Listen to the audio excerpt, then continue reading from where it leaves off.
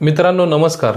आपल्या दैनंदिन जीवनामध्ये आपण बऱ्याच वेळा Chinese noodles, chowmein noodles, Hakka noodles असे वेगवेगळे नूडल्सचे प्रकार आपण खात असतो।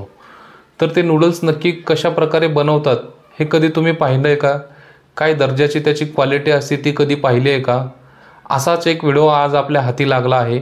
तो व्हिडिओ आपण शेवटपर्यंत पाहूयात।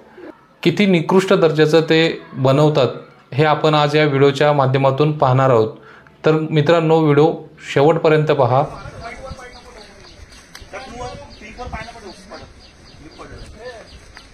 नूडल्स बनते ना तिथून वरती आणि खाली येताना पण नूडल्स सारखी फिलिंग येते। तुम्हाला दाखवतो बघा इथे काय बनते। या आतमध्ये या।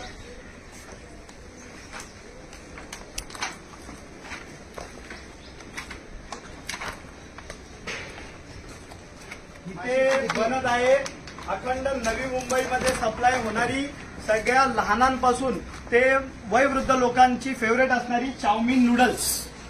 या इकडे चाउमिन नूडल्स कोणत्या अवस्थेत बनते पाणी बघा। चाउमिन नूडल्स साठी जी पाणी वापरलं जाते ते पाणी बघा। सगळ्यात पाणी बघितलं। आता सगळ्यात महत्वाचा इन्ग्रेडियंट आहे जो मैदा। त्या मैद्यांवरती मास्क्या बघा। मैदा मशीन त्यांना कोणत्याही पद्धतीचा अशी स्वच्छता असावी अशी कोणत्याही पद्धतीची त्यांनी काळजी घेतलेली नाहीये। आता अजून तुम्हाला पुढे दाखवतो। नूडल्स बघा, हे नूडल्स पण भरल्या जातात पाकिटमध्ये। हे कोणत्याही पद्धतीचा विचार करत नाही। आणि हा इकडचा बॉयलर बघा ज्याच्यामध्ये हे बघा, हे तेल बघा काळं काळं, म्हणजे आपण इंजिन ऑइल वापरतो ना त्या पद्धतीचं तेल झालंय ते। आणि या ह्याच्यामध्येच नूडल्स फ्राय केली जाते। पुढे पुढे आहे बघा ना। आणि ते मैदा पदार्थाचं वापरलं जातं तेही बघा। बघ लाटून ठेवलाय मैदा। आणि त्याच्यानंतर ही नूडल्स जी मोठ्या प्रमाणामध्ये बनवली जाते ती इथं ठेवले बघा। ही अशी नूडल्स इथं पेरून ठेवलेली आहे। त्याच्यावरती कोणत्याही पद्धतीचा स्वच्छता किंवा हायजीनचा पण त्यांनी लक्ष दिलेलं नाही। सगळं मैदा पॅकिंग होती। आणि हा पॅकिंग बघा, आतमध्ये नूडल्स तळलेत ना ते आपण आम्ही इथून कंटिन्यू करतो। ही पॅकिंग करायची जागा बघा कशी आहे। हे बघा, हे पॅकिंग होते इथे नूडल्स आणि तुळवले जातात पॅकिंग आणि ह्या नावाने ही कंपनी कार्यरत आहे।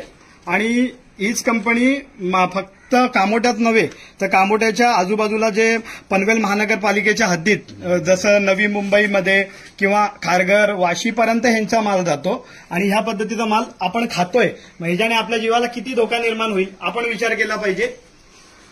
आणि अशा पद्धतीची गोष्ट असून देखील कोणत्याही पद्धतीची कारवाई अद्याप यांच्यावर झाली नाही, हे आश्चर्यकारक आहे।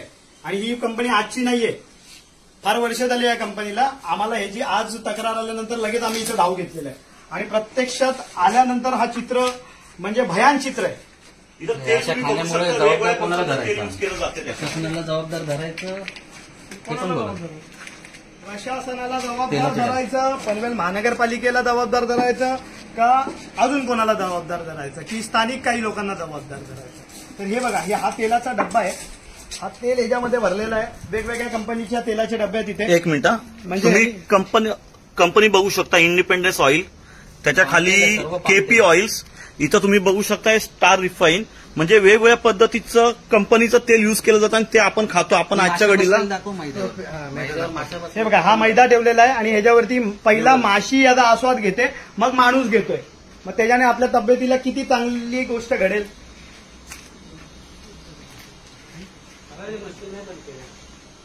ते पळून गेले, ते पळून गेले। त्यावेळेला आम्ही इथे आलो त्यावेळेला जे इकडचे वर्कर्स होते ते सगळे त्यांनी इथून पळ काढलेली आहे। कारण त्यांना कळलेलं आहे की त्यांची चुकी आहे। चुकी नसती तर एवढा मोठा साम्राज्य घाणीचं साम्राज्य ठेवून ते पळाले नसते। तर ते गुन्हेगार आहेत म्हणून ते इथून पळ काढलेला आहे त्यांनी। पण आम्ही पण त्यांना सोडत नाही, कारण की सामान्य नागरिकांच्या जीवाला धोका जिथे असेल तिथं महाराष्ट्र नवनिर्माण सेना आवाज केल्याशिवाय राहणार नाही। आणि सामान्य माणसाला हे खाद्यपदार्थ चांगल्याच पद्धतीचं मिळालं पाहिजे, त्याच्यासाठी आम्ही सगळे महाराष्ट्र सैनिक जमलोय। आणि ह्याच्यावर जर कुठला चाप नाही बसला तर आज आम्ही 10 जण आलेलो आहे, इथे 200 जण उभे राहतील। प्रशासनाने कारवाई नाही केली तर आम्ही आंदोलन करू त्याच्या संदर्भात।